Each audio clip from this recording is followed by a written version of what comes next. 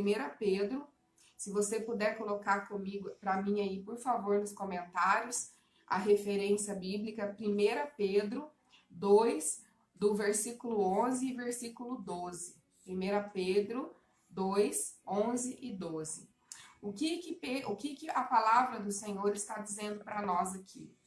Amados, insisto em que, como estrangeiros e peregrinos no mundo, vocês se abstenham dos desejos carnais que guerreiam contra a alma.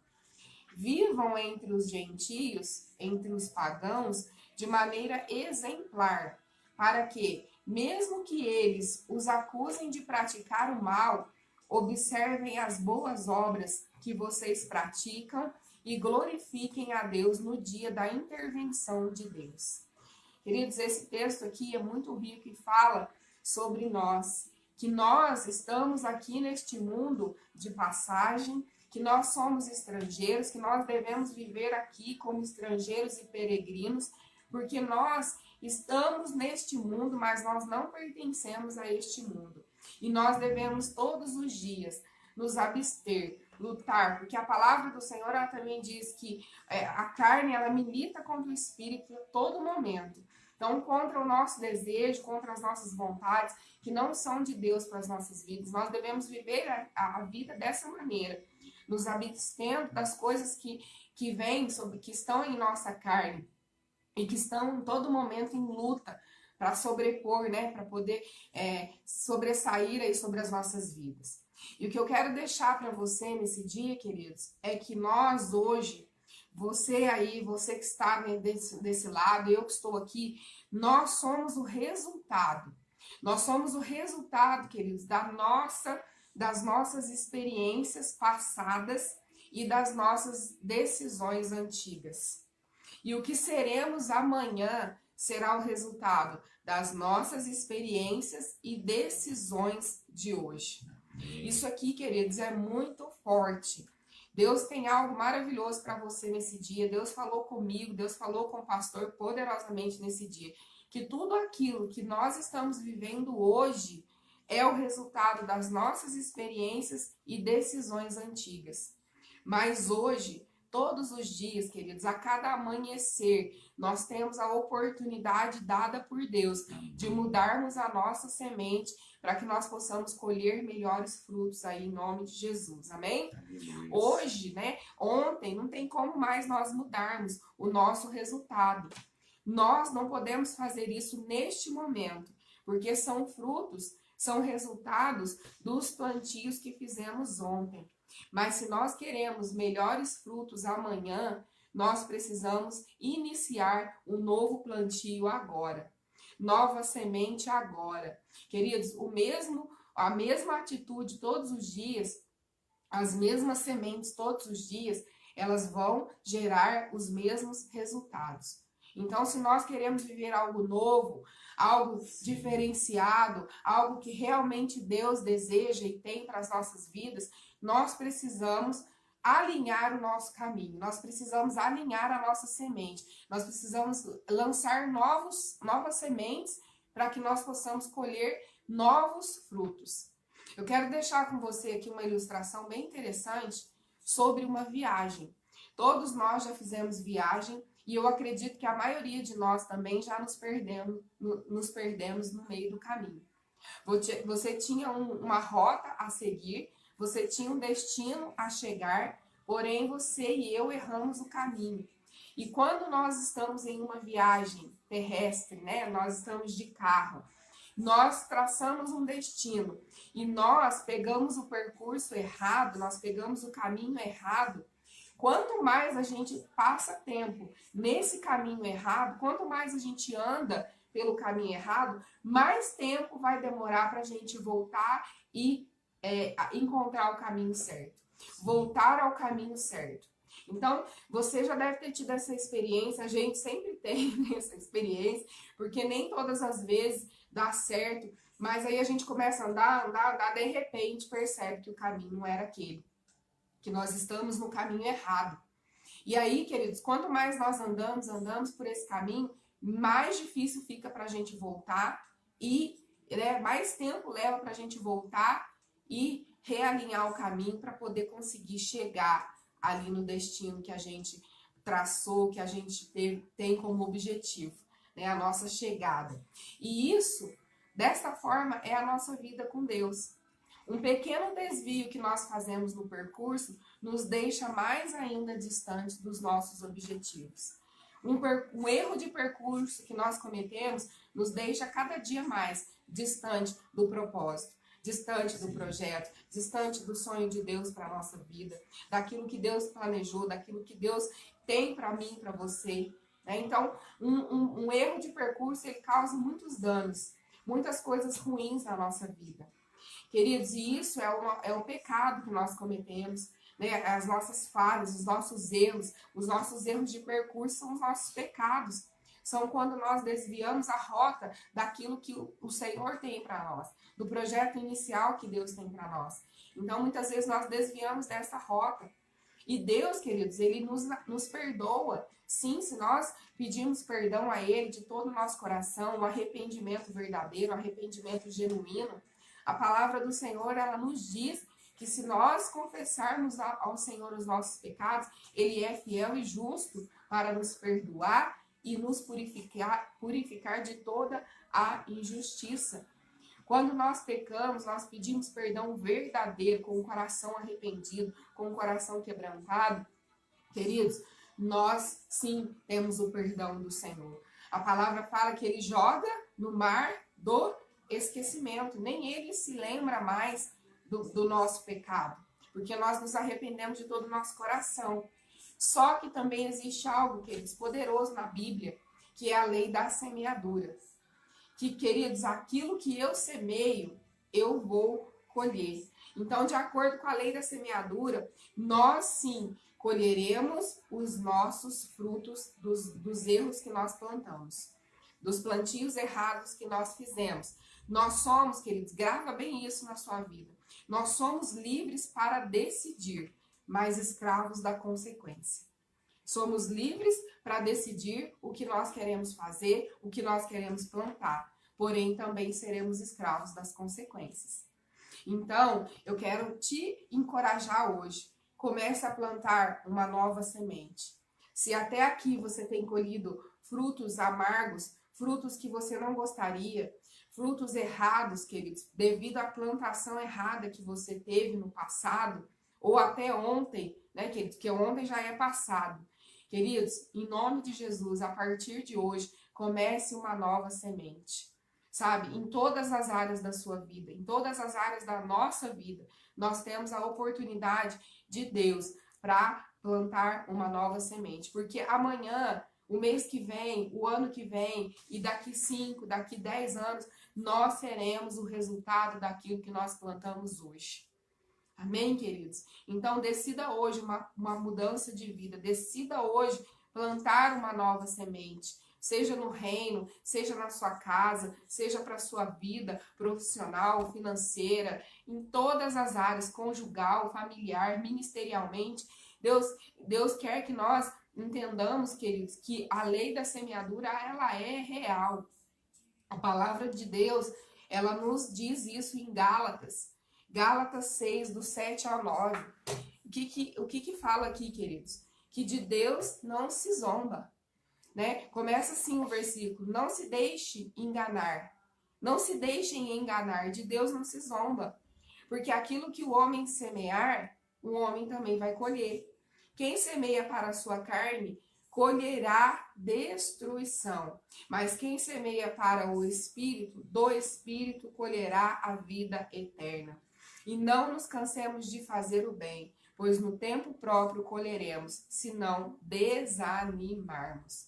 Se não desanimarmos, se não sairmos da rota, se não desistirmos, se não retrocedermos, nós vamos colher, sim, tudo aquilo que nós plantamos de bom, tudo aquilo que nós plantamos no Espírito. Então, queridos, hoje Deus trouxe essa palavra para mim e para você, para que nós possamos mudar a nossa vida, para que nós possamos mudar. Nós temos como mudar, sim, queridos, o nosso destino. Sabia disso? Porque nós precisamos plantar novas coisas para que o nosso destino seja mudado. Amém? Queridos, interessante que quando a gente recebe um passaporte, né? Quando a gente tira o passaporte, o que acontece? A gente recebe o visto. E esse visto, ele te dá, né? Ele te dá a autorização para você entrar num país estrangeiro, para você visitar um lugar, né? Um país estrangeiro. Queridos, mas do contrário, também existe a clandestinidade, né? O clandestino. Quando nós não fazemos da forma correta, nós somos considerados clandestinos. E aí, queridos, nós entramos dessa forma e uma hora ou outra nós sofreremos as consequências. Então, se você entra de uma forma correta, você vai sofrer as consequências corretas. Mas se você entra de uma forma errada, você também vai sofrer a forma errada. E eu quero começar com você, queridos, alguns pontos que nós devemos conhecer para que nós possamos utilizar desse passaporte de uma maneira correta, desse destino de uma maneira correta. O primeiro, queridos, é que Deus, ele não nos destina a estar em qualquer lugar. Sabia disso? Deus não nos destina a estar em qualquer lugar. Uma prova disso, queridos, é o livro de Jonas, é a história de Jonas. Nós vemos aqui que Deus, ele destina, né? No livro de Jonas nós podemos ver que Deus nos destina a certos lugares.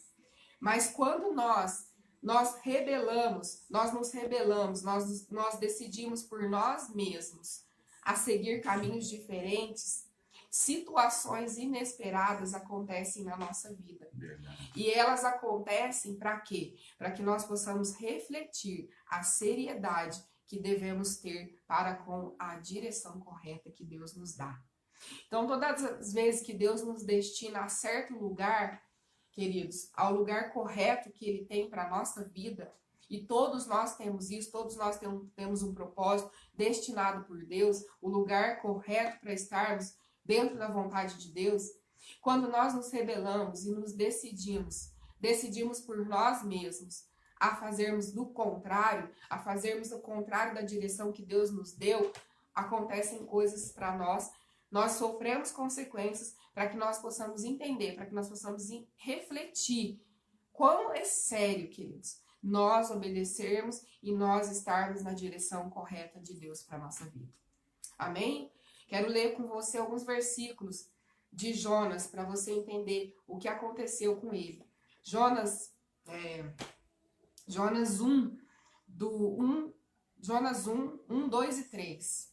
A palavra diz assim: a palavra do Senhor veio a Jonas com esta ordem, vá depressa à grande cidade de Nínive e pregue contra ela, porque a sua maldade subiu até a minha presença.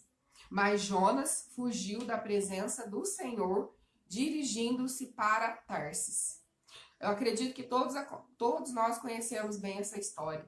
Mas se você não conhece, querido, se você pegue a sua Bíblia depois e comece a ler, comece a estudar sobre Jonas. Deus dá uma direção para que ele pregue contra uma cidade chamada Nínive. Mas Jonas foge da presença de Deus, indo para Tarsis. Aí lá em Jonas 1, 16 e 17 diz assim: em seguida, pegaram Jonas e o lançaram ao mar enfurecido, e este se aquietou. O Senhor fez com que um grande peixe engolisse Jonas, e ele ficou dentro do peixe 3 dias e 3 noites. Queridos, foi a consequência para que Jonas refletisse que aonde ele estava não era o lugar que Deus tinha destinado para ele. E hoje, queridos, nessa manhã, Deus faz com que eu e você venhamos refletir. Será que o caminho que nós estamos trilhando, será que o lugar que nós estamos nesse momento é realmente o lugar que Deus nos destinou? É realmente o lugar que Deus pediu para você estar? Será que eu e você estamos fazendo é realmente o que Deus pediu para você e eu fazermos? Ou será que nós resolvemos por nós mesmos a caminhar para um outro lugar, a fazer uma outra coisa que Deus não pediu para nós fazermos? E nós precisamos perceber os sinais que Deus nos dá, porque nós temos os sinais de quando nós estamos errados e também de quando nós estamos no caminho certo. Amém, queridos?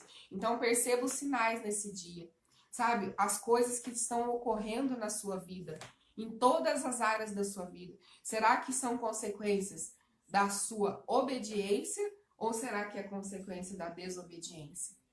Isso aqui é muito sério, é muito forte, queridos. As sementes, elas só podem ser geradas num ambiente propício para ela. Se o ambiente for propício para isso. E nós somos essas sementes nas mãos de Deus. E se nós não estivermos no ambiente certo que Deus nos destinou, nós seremos estéreis. Nós nos tornamos uma semente estéril. É muito fácil entender isso, querido. Se você pegar uma planta nativa de um país, por exemplo, se você pega uma planta nativa que é lá dos Estados Unidos, lá do Canadá, e ela floresce lá, porque lá é um ambiente propício para ela, e você queira trazer ela para o Brasil, o que vai acontecer? Aqui não é solo para ela, aqui não é território para ela. O que vai acontecer? Ela vai perder o seu valor, ela vai murchar, ela vai morrer. Queridos, você no lugar errado, você morre, sabia? Morre espiritualmente. Você no ambiente errado também corre um sério risco, talvez, de ter uma morte física, queridos. Porque o ambiente que nós nos encontramos, que nós frequentamos, vai fazer com que a nossa vida seja pautada nele. Então, qual é o ambiente que você tem gerado? Qual é o ambiente? Você é uma semente, mas em qual ambiente que você está plantado? Será que você está no solo certo? Será que você está no lugar certo? Queridos, é algo que nós precisamos refletir nas nossas vidas. Sabe, eu creio que o Espírito Santo está falando com você e ele vai continuar falando com você para que você realmente descubra o ambiente que você está se inserindo. Porque quantos de nós talvez temos sofrido coisas, temos sofrido consequências, assim como Jonas, queridos, porque eu acho que é inimaginável, né? Isso que aconteceu com ele, sofreu lá por conta da situação que ele não quis obedecer, da direção que ele não quis obedecer de Deus. Então, quantos de nós estamos sofrendo consequências por estarmos insistindo em frequentar ambientes para o qual nós não fomos criados? Isso é muito sério. São pessoas, queridos, quando acontece isso, é que as pessoas ainda não entenderam que o quanto mais elas andarem no caminho errado, mais difícil fica ela voltar a trilhar o caminho correto. E infelizmente algumas pessoas, alguns de nós, temos dificuldade depois de encontrar o caminho de volta. E às vezes nem,